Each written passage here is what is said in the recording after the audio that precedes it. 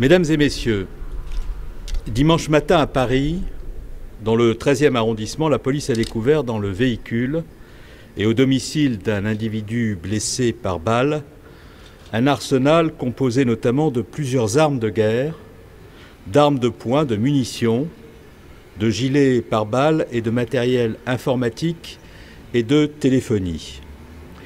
Une documentation fournie a également été découverte, établissant sans ambiguïté que l'individu projetait la commission imminente d'un attentat, vraisemblablement contre une ou deux églises. Dimanche matin, cet attentat a été évité. L'individu avait été signalé au service de police comme ayant des velléités de départ en Syrie.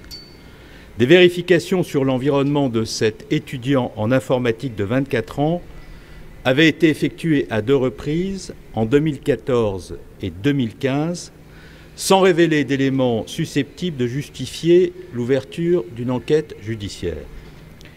Une fiche de sûreté le concernant avait néanmoins été diffusée.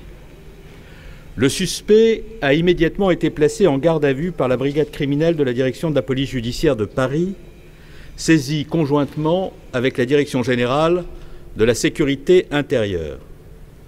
Depuis dimanche, les investigations ont permis d'établir sa présence à Villejuif, Val-de-Marne, puis son implication dans le meurtre d'une jeune femme, Aurélie Châtelain, retrouvée dimanche matin dans sa voiture, stationnée sur la voie publique.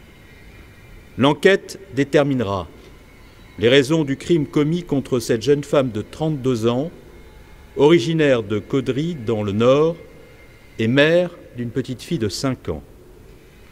Aurélie Châtelain était arrivée la veille en région parisienne pour participer à un stage de formation professionnelle.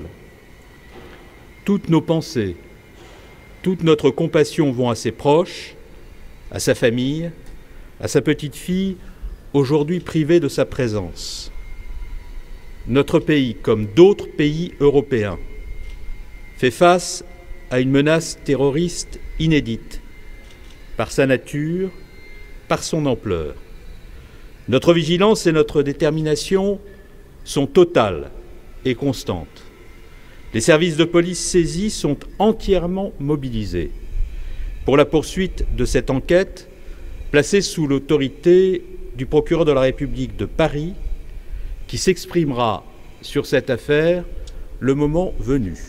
Je vous remercie.